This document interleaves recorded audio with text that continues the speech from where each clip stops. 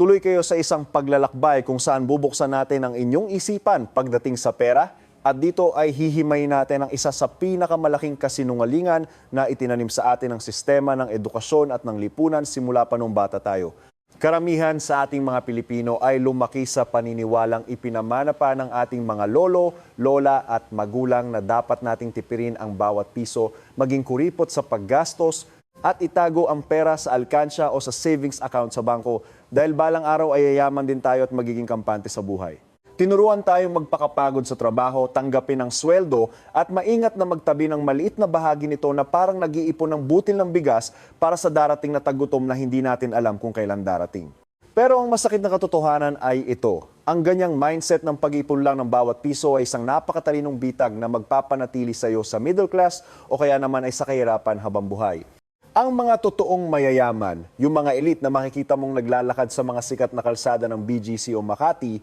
ay hindi kailanman gumagawa niyan dahil alam nila ang isang mahalagang sikreto na ang pera ay hindi isang stagnant na lawa na dapat lang imbakin, kundi ito ay isang currency na nagmula sa salitang current o daloy. Ang mga mayayaman ay hindi sinusubukang hawakan ng mahigpit ang bawat patay na piso, sa halip ay mga henyo silang financial engineers na ginagamit ang kanilang oras, talino, at resources para magdisenyo at magpatakbo ng mga cash flow systems o mga makinang kusa na lang nagpapasok ng pera sa bulsa nila araw at gabi. Kaya naman bilang inyong financial mentor ay dadalhin ko kayo sa pinakamalalim na sikreto ng mga bilyonaryo na hindi sila nag-iipon kundi nagdidisenyo. Sila ng daloy ng pera. Para maintindihan ninyo kung bakit ang basta-bastang pag-iipon lang ay isang malaking pagkakalmali sa matematika, kailangan nating tingnan ang loob ng ating ekonomiya kung saan may isang hindi nakikitang halimaw na unti-unting kumakain sa pinaghirapan ninyo at ito ay ang tinatawag na inflation. Isipin ninyo na ang bank account ninyo ay parang isang tangke ng tubig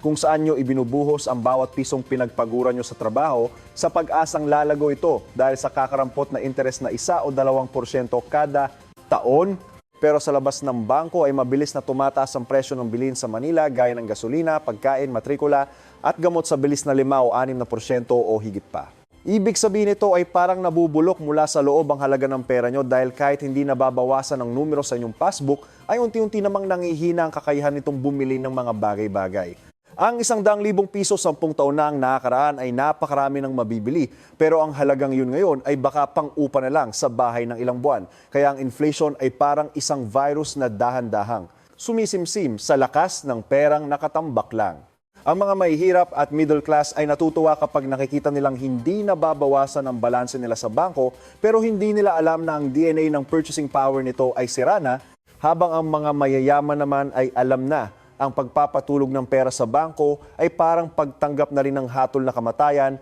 para sa kanilang kayamanan. Ang malaking pagkakaiba ng isang ordinaryong empleyado sa isang self-made millionaire ay hindi lang sa laki ng kinikita nila kundi sa kanilang mindset at kung paano sila tumutugon sa pera. Dahil kapag ang isang taong may mahirap na mindset ay nakahawak ng 10,000 piso, agad na gumagana ang kanilang survival instinct na itago ito at ikandado ng mahigpit na parang isang katawan na giniginaw at sinusubukan panatilihin ang init sa loob. Ang ganitong pag-iisip ay nagdudulot ng pagbara sa daloy ng pera pero kapag ang isang mayaman ang nakahawak ng parehong halaga, ang nakikita nila ay hindi lang isang papel kundi isang stem cell na may kakayahang maging isang buong organo o sistema.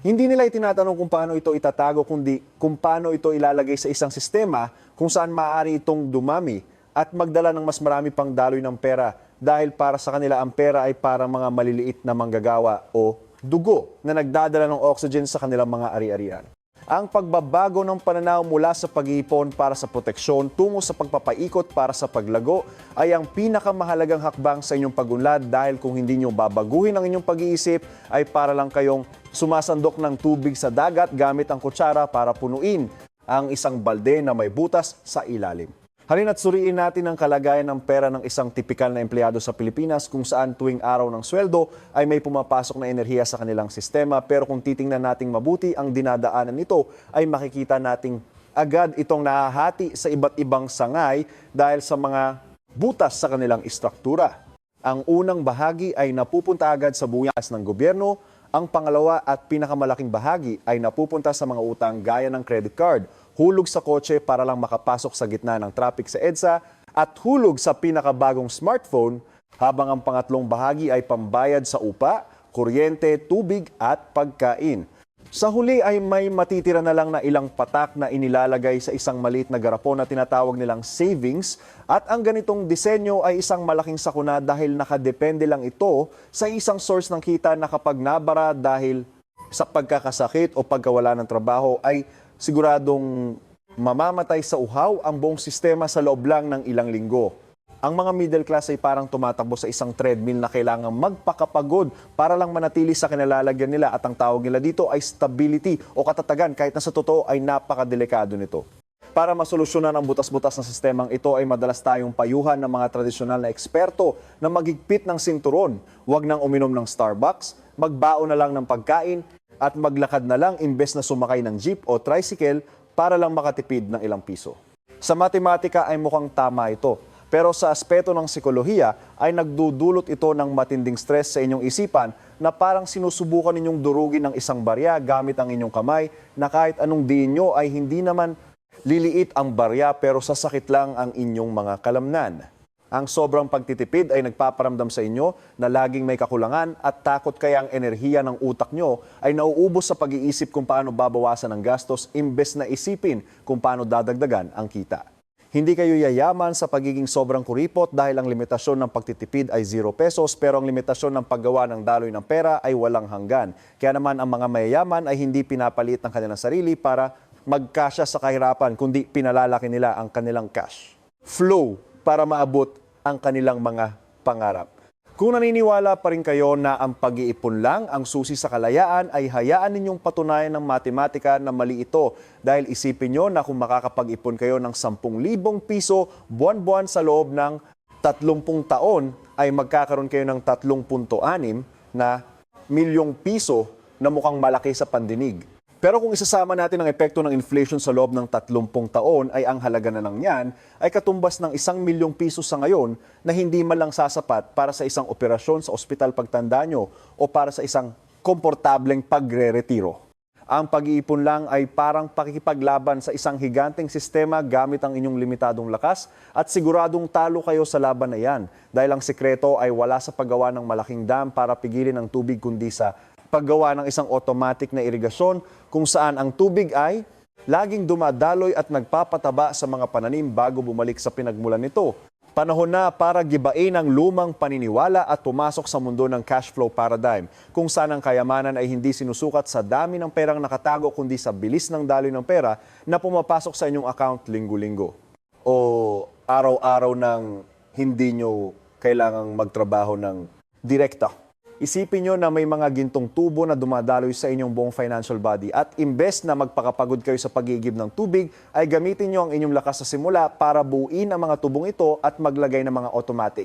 na bomba para kahit natutulog kayo sa Manila o nagbabakasyon, sa Boracay ay patuloy na dumadaloy ang pera sa inyong tangke. Ito ang pinakamataas na antas ng kalayaan kung saan ang inyong passive income ay mas malaki na kaysa sa inyong gasto sa buhay kaya hindi na kayo alipin ng pera kundi kayo na ang amo at engineer ng sarili ninyong financial machine. Ang makinang ito ay binubuo ng iba't ibang bahagi gaya ng capital core kung saan nanggagaling ang unang pondo mula sa inyong trabaho o negosyo na imbes na gastusin ay idadaan sa mga investment filters para maging mga assets gaya ng paupahang bahay, online business o stocks na magsisilbing mga mini pumps na kukuha ng enerhiya sa market at ibabalik ito bilang passive income. Mas maraming bomba ang ilalagay nyo ay mas lalakas ang daloy ng pera at ang kagandahan nito ay kahit masira ang isang bomba ay may iba pa rin gagana para hindi magulat ang inyong buong sistema, hindi gaya ng mga mahihirap na iisa lang ang bomba na kapag nasira ay guguho ang lahat.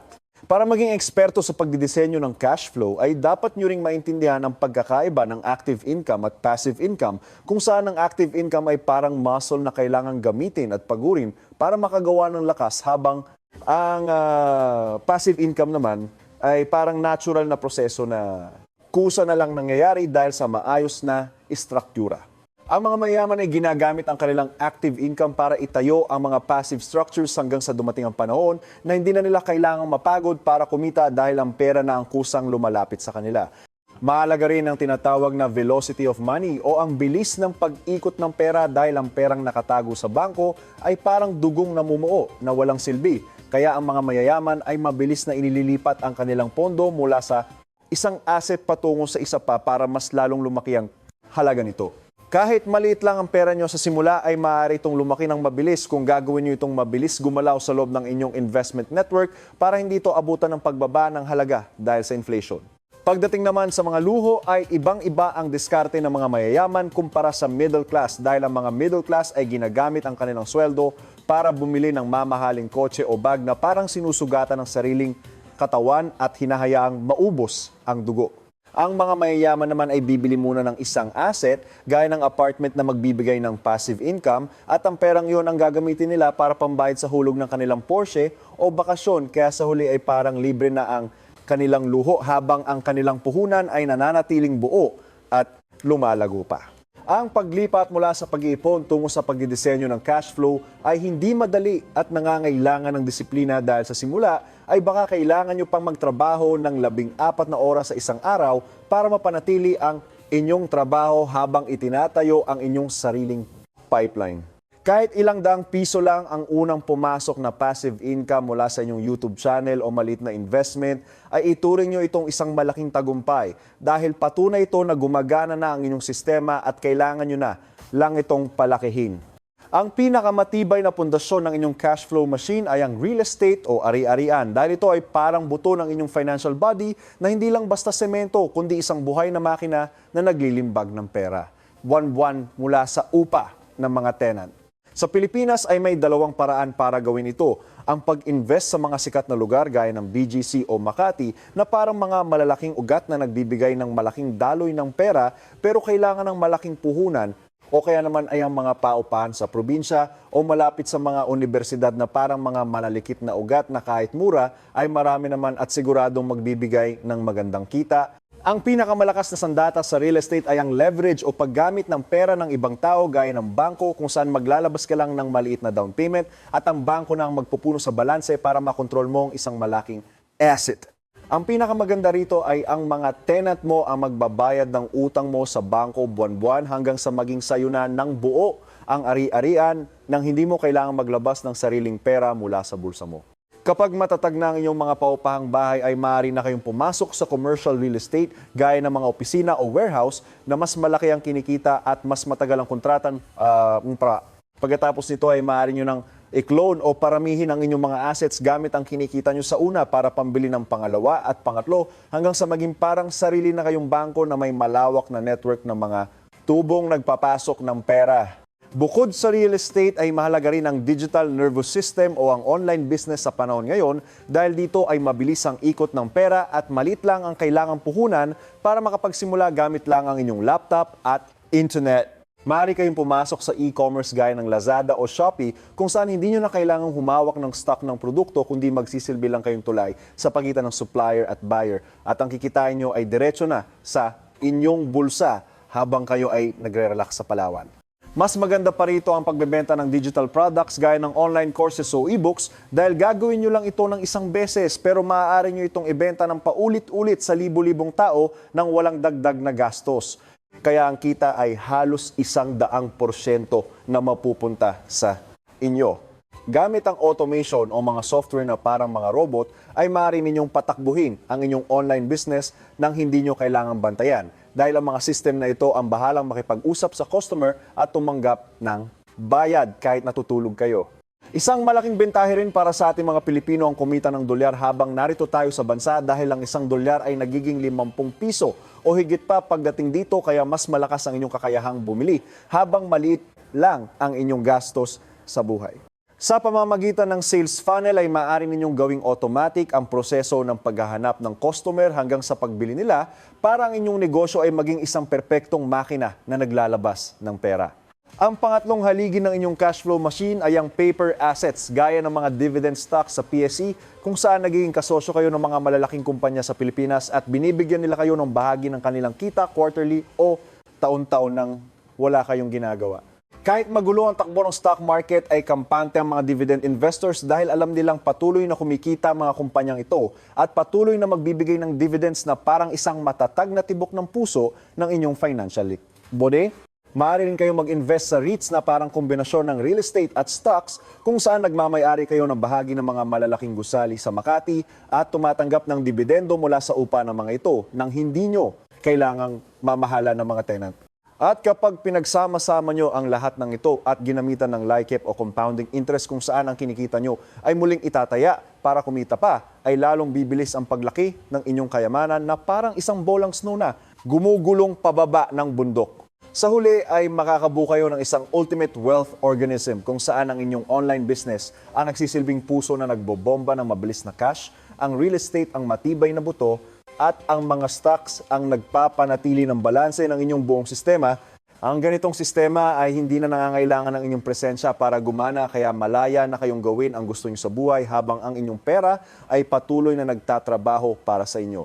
Ang sekreto ng mga mayaman ay hindi dahil mas masipag sila, kundi dahil iba ang laro na pinapatakbo nila. Kaya naman simulan nyo ng paguhin ang inyong mindset ngayon at huwag nang maging alipin ng pag-iipon lang.